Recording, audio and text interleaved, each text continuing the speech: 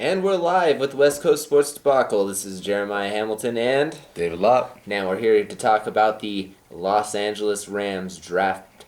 Well, the draft altogether. I don't and free agency a little bit. Just basically talk about the team and what the state of them after the draft. Basically, we're gonna go ahead and start with our grades right away. We are also gonna let some people kind of join on right now. Give it a second.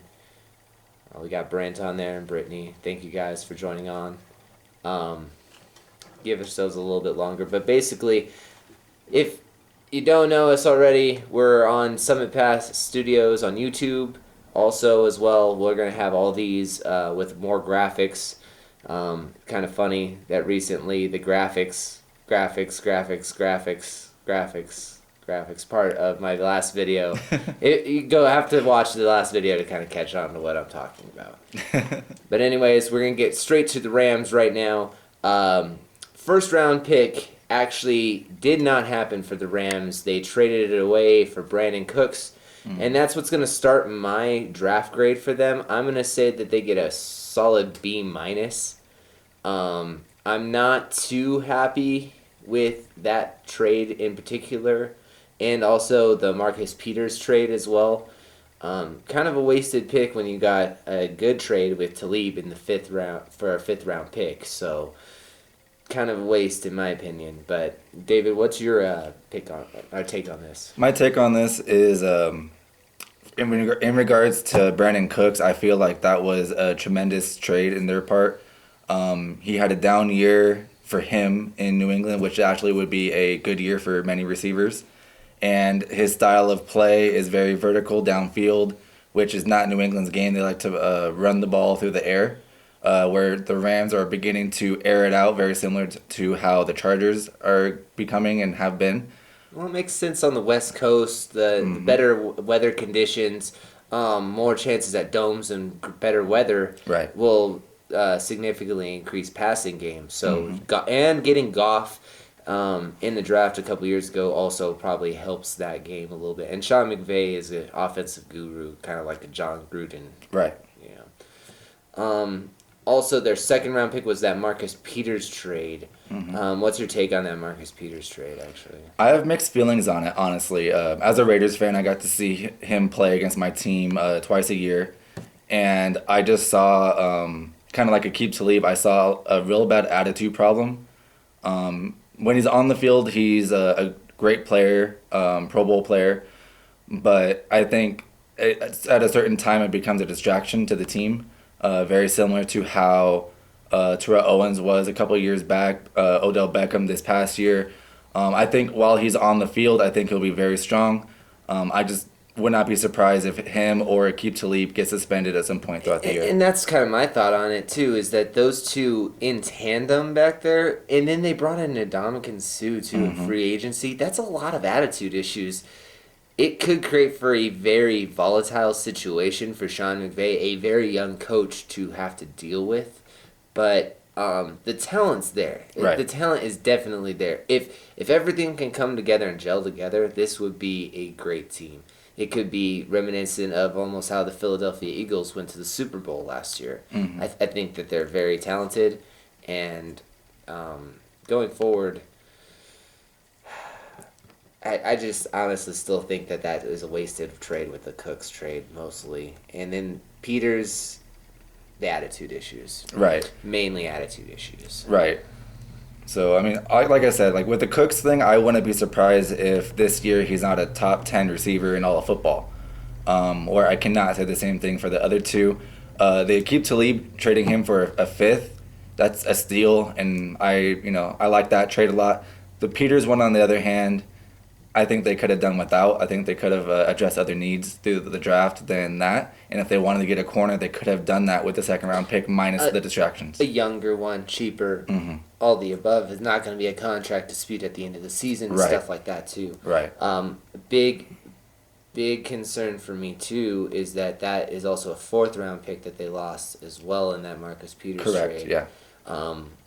Going over some of the grades that the NFL experts have given Mel Kiper gave this draft a B minus. Pro Football Focus gave it an average grade, and NFL.com Chad Reuter gave it an A minus, which was actually the best grade I saw for this. And he's the only one who really took into account the trades and everything too. Right. I thought that getting another pick for Tavon Austin was a good move because of the Brandon Cooks trade earlier on. Yeah, it really pushed him out the door. Yeah, because I didn't think that what are they going to do with Tavon and Brandon on the field at the same time? Right. Two short guys running around on the field. If you get two big corners out there that can push them around all game long. Well, not even that, but you also have Cooper Kupp and you have Robert Woods. You know, they had plenty of weapons at their disposal. And Tavon Austin, honestly, was at the bottom of the list. And for them to get anything for him, aside from just flat cutting him, I think is a good thing on their part. You know, he was basically just a depth type of role. Maybe get him 20 plays the whole year, to be honest. But I'm not going to go that high with my grade. I would go, with trades included, I would give them probably a solid B. Only because I think the Marcus Peters trade is actually a knock on them.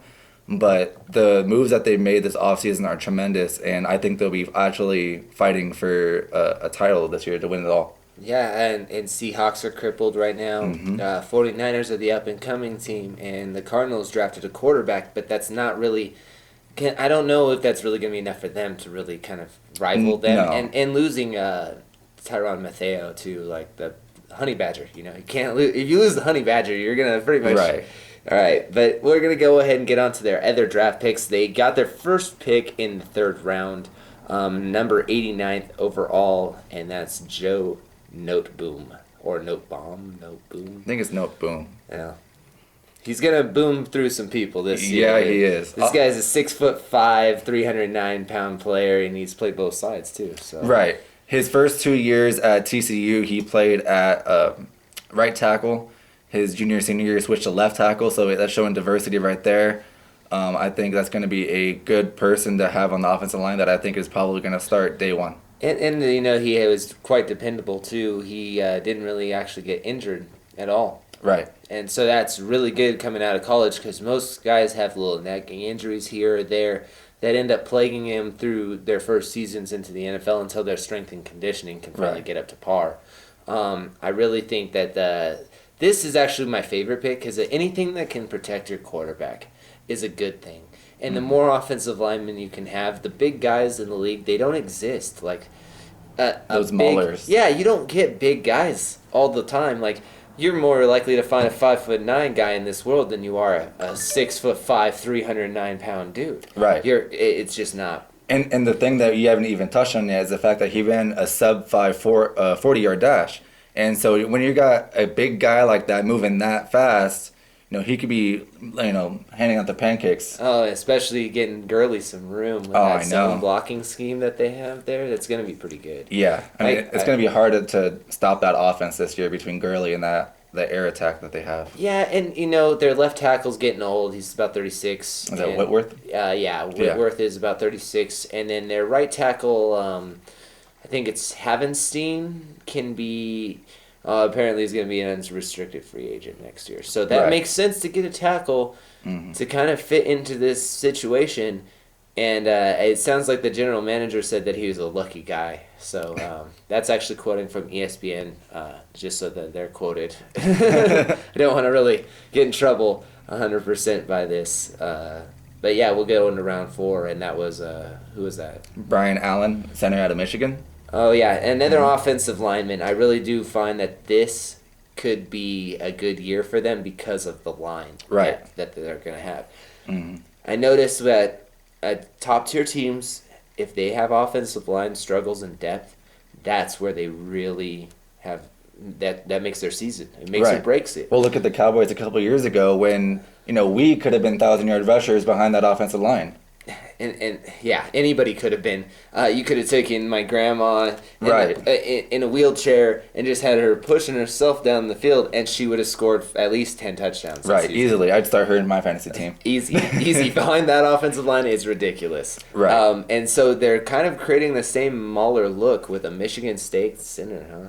So he's 6'1", 298 pounds, a little light for a center, But you know what? That usually means they're a little bit quicker. Right. So, like, again, with the zone blocking scheme, I was just about to touch on that. That really helps as having fast, big Absolutely. guys at the same time. And not even that, but it looks like what they're going to try to do, if he does start, is do a lot of double teams, in the gaps. Gotcha. So he'll get an assisted help from a guard or Right. Possibly maybe even a tackle on a pull if they do a guard and tackle Like swap. a sweep or something. Yeah, just a little pull and pop play. That's what they'll do sometimes on those quick run plays with Gurley. So it does make sense to get another good center too. It always helps. I don't really know much more about this guy. I didn't watch a lot of tape on him. I did see that he was a second team Big Ten All-American. And when you got schools up there, you got Ohio State and you got just Michigan by themselves. There's a lot of good programs up there, and so for him to be the second best center in that conference, I think says a lot. That's very true because most people don't understand unless you played sports and throughout high school that it is tough to get up to this level and even get to play in a college school. So to be that smart and to be that driven and be that big and talented, right? You have to go through a lot to get to that point. And so now by this point going into the pros, this is almost like a piece of cake. They're not taking classes anymore. It's going back to the life of football. Mm-hmm. So some of these guys will even improve more than what we've seen from them. And to be healthy, again, same kind of thing. Well, not to mention with the better coaching staff, too. That, too. Sean McVay. I have nothing but positive things to say about Sean McVay. Gruden guy, so that really helps, too. We'll go over to the round 4 pick. It was number 135 overall. I know that they did lose one of those fourth rounds in the trade, in the Marcus Peters trade. But to get a guy that's a defensive end and John Franklin Myers out of Stephen F. Austin College, that's a good player. It sounds like he's more of a stand-up defensive end. So then he's switched to 3 technique, it looks like here. So basically, it sounds to me like he's able to play in 4-3 or 3-4. Oh, that's good, especially with having a versatile defensive player in just a standard Wade Phillips scheme is going to be very impressive. Too. Absolutely, and from what I've seen and read on the guy, it sounds like he's going to be most effective in the passing game. Rushing the passer on third down and whatnot. Doesn't sound like he'll be doing too many plays on first and second down, but in regards to third down, it sounds like he'll be making a bigger impact. So more of a pass rusher. Correct. Kind of another edge player, but not really an edge player, actually more of an inside presence at the same time. Yeah, it sounds like he can play multiple gaps. Being a bigger guy, that probably helps. Right. Kind of speeding up and moving on to our round 5 pick, and this is kind of the my sleeper pick so far. Is Micah Kaiser, a linebacker that's, he's kind of an edge player. This is exactly what they needed to replace Ogletree this year. Right. Another edge guy that'll come in there and kind of play behind Sue possibly, or maybe come and sweep in behind Donald sometimes. That'll create some chaos for him.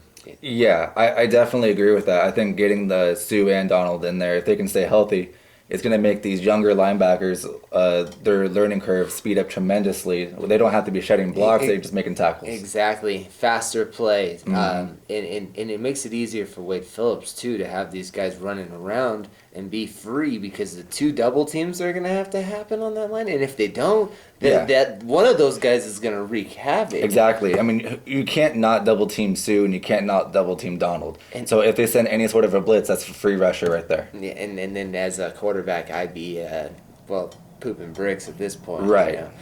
Yeah, I can't really, that gives me flashbacks. Getting hit a bunch of times. So the Kaiser guy, though, when I see him, I honestly just see a depth guy. I honestly don't anticipate him reaching the field, barring an injury. Really? Maybe if someone needs a break or something. My own personal take on him, but we'll see what happens. I mean, when you look at the value that they took him at, risking a 5th round pick on him, not a lot of draft capital invested in him. Yeah. So if he doesn't pan out, it won't be the end of the world. But coming from Virginia, the ACC, it's a stronger conference. At the same time, I feel like, if he doesn't pan out, I won't be surprised. But if he starts, I won't be surprised either. I think that's going to be my sleeper pick out of all of them. Well, speaking of sleeper picks, here comes mine. Oh, okay. So you want to go ahead and introduce this guy then? I cannot pronounce his name. Jeremiah, you've been practicing this a little bit. Obo Orokono. Basically, we can't say this name. That was better than what I would say. I've tried to do this last time in the Chargers review, and it was extremely difficult. I don't know how some of these sports broadcasters get through these names. Maybe voice coaching. This sounds like a tongue twister. Doesn't really sound like a name sometimes, but you think he's actually a really good player. Yes, I do. He's coming from Oklahoma. He was the co-defensive player of the year in the Big 12. I think that's the second best conference in all of college football aside from the SEC. Yeah, I know, not the Pac-12. Oh, no. No. My biggest issue with this conference in particular is that this is the teams that get gashed the most offensively in all of college football. So this guy, Obo Rakanovo or whatever, he's going to try to go out there against pro talent after basically getting handed to all season long and not really stopping anybody. Who would they stop in the last couple of games of the season? They didn't really have that much. Well, my biggest thing is, from what I saw without getting into specifics, I saw a lot of him being at the ball, around the ball, swarming. He reminds me a lot of like a Levante David in a sense, where he's not going to be rushing the passer. He's decent in coverage, but he's just getting to the football, trying to find a way to make a play, which tells me special teams and also tells me on running downs. Well, and that's why I think he's just a special teams player, in my opinion. A lot of people were really high on this guy, and especially with it sounds like that they're really trying to get all the linebacker depth back that they lost over the last season. So and you got to think about it like this: if he's not really a big, strong guy, and if he's behind those big monsters at defensive tackle, freeing up a guy like him, who his whole job, the reason he got drafted is because of his tackling ability. All right, but if I'm a quarterback, I'm queuing up on this guy. This guy is the guy that's going to get burned a lot in games, and it's the one weak spot in a defense. The other guy, he's a little bit faster, so they're just going to use him mostly in coverage. That's why I say that he's the sleeper pick. This guy is a special teams player. If he's going to be a sleeper at anything, it's going to be that he's going to go down there and wreak havoc and cause fumbles on special team, or maybe block kicks if they can get him to do that. I don't really think he's that kind of guy, though. I don't necessarily think he's that kind of guy, but I definitely see him as a potential weak side linebacker for sure. Definitely, like I said, definitely not in passing situations. No, I think your guy would be better suited than that. But second and short, third and short, bring him in, stuff the run, especially in that conference of weak running backs, in my opinion, other than David Johnson. Well, and I'll say one thing: Wade Phillips has taken and making some miracles sometimes too. This is true. So with Wade Phillips being a coach is also a plus, which leads us to round number 6, number 176 overall, John Kelly, running back out of Tennessee. I kind of like this pick. I really do. Why is that? Because this kind of gives the change of pace back for Gurley. Okay. It'll give the guy that they can get open in the passing route, in the passing patterns. He's not really the greatest blocker necessarily, but if you can set him some screens or get him outside, almost like a Sproles or a Alvin Kamara, for instance, or kind of a Danny Woodhead situation. So you're saying not a lot of volume, but doing what he can with that volume. And what can you say more about a 6th-round pick? Come on, that's better value. This is one of the better value picks in my opinion because of that. They get him in the 6th round. He's going to be that kind of balance for Gurley. Gurley can already catch it out of the backfield, but they are going to need to give him breaks. And when they do, they can unleash Goff's potential throwing the ball a little bit more by getting this guy out in the passing patterns. Right. That's just my opinion, though. Well, I mean, he did perform very well in college. He averaged 4.8 yards a carry. But in my eyes, when I look at a guy like Kelly, I don't know if you play fantasy football at all, but what's called a handcuff, which basically means that you don't really notice he's there without an injury. I mean, he may I mean, I think it wouldn't be crazy to say he gets 300 or 400 yards and 3 touchdowns on this year.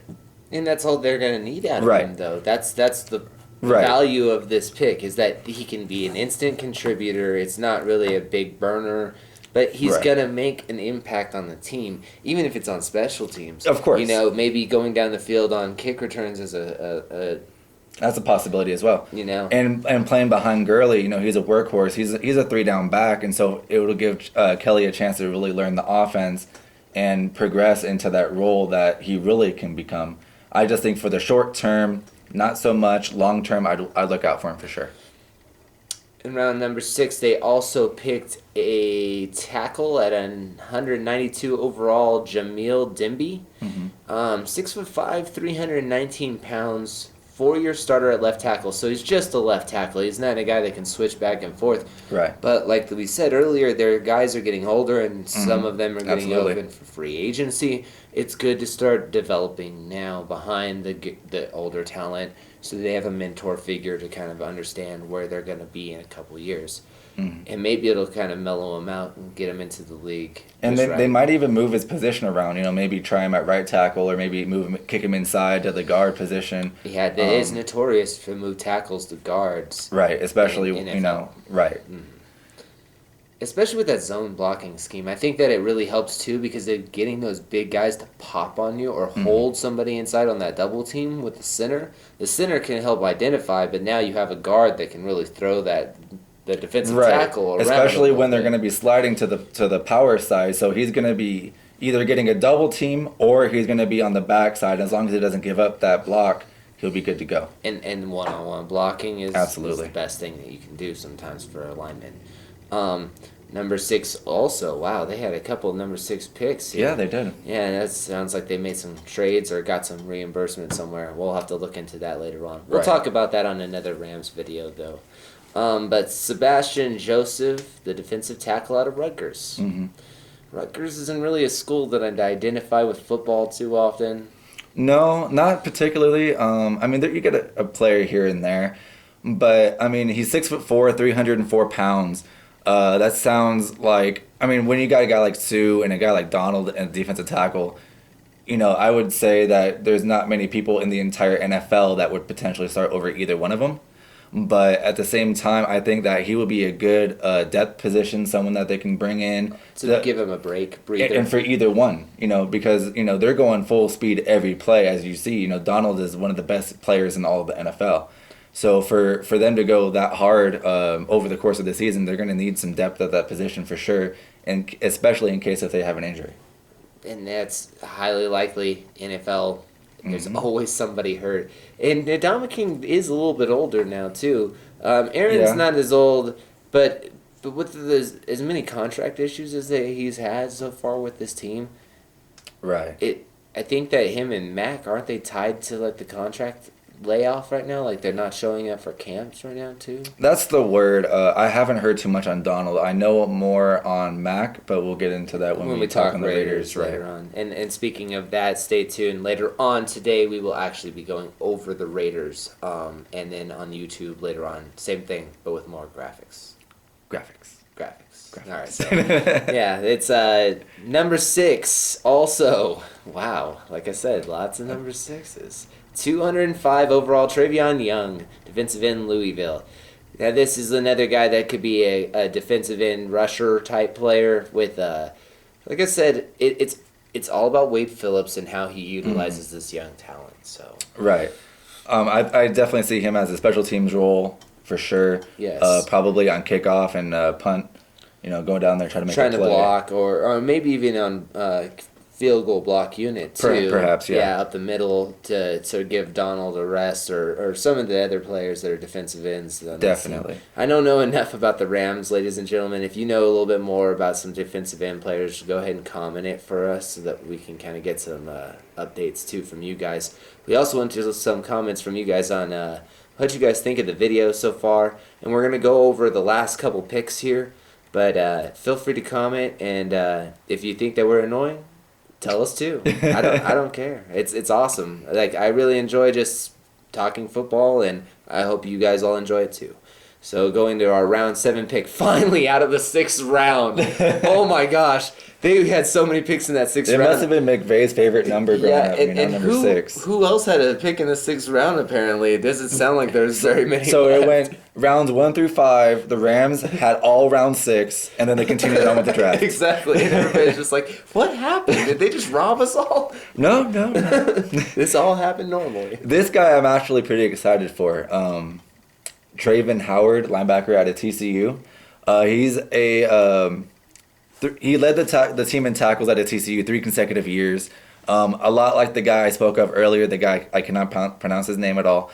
But I just see a guy that's going to be making a lot of plays, a lot of tackles, just finding a way to get to the ball as long as he can get on to the field. I think that's going to be a big thing for these late round guys is making their presence known. Well, even making the team sometimes. With depth like this and salaries the way that they are in the NFL, it's hard for them to keep a large quantity of players. It's better for him that he's a rookie, but sometimes it's almost better that they take a risk on an undrafted free agent than a 7th round pick sometimes because the price difference is even relative. So that helps later on, but we won't get into that too much. We're just going to talk about how this guy, I actually think that because he was a safety before he became a linebacker, he's a little light-weighted, so his special teams impact is going to be what I really think about this guy.